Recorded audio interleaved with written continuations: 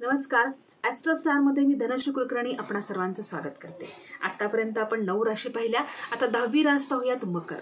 शनी महाराजांची लाडकी रास कोणती असेल तर मकर. या राशीच्या लोकांचा वार असतो शनिवार आणि यांच्याकरता मंत्र असणारे ओम नमो भगवते शिवाय नमः. ओम नमो भगवते शिवाय नमः. ओम नमो भगवते शिवाय नमः. या मंत्राचा यांनी 131 वेळा पठण करायचं आहे. शिवपंचाक्षर स्तोत्राचं पठण यांनी एकदा आपल्या घरी करायचं आहे. राहत्या घरी किंवा जागृत शिव मंदिरात जाऊन ह्या स्तोत्राचं किंवा मंत्राचं पठण करू शकतात.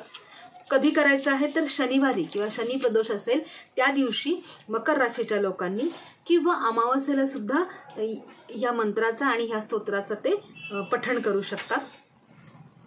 या मकर राशीच्या लोकांनी काळ्या उडदाचे दान शनी प्रदोष असताना करायचं आहे. कुणाला करायचं आहे तर स्मशानातील डोंबाला द्यायचे आहे.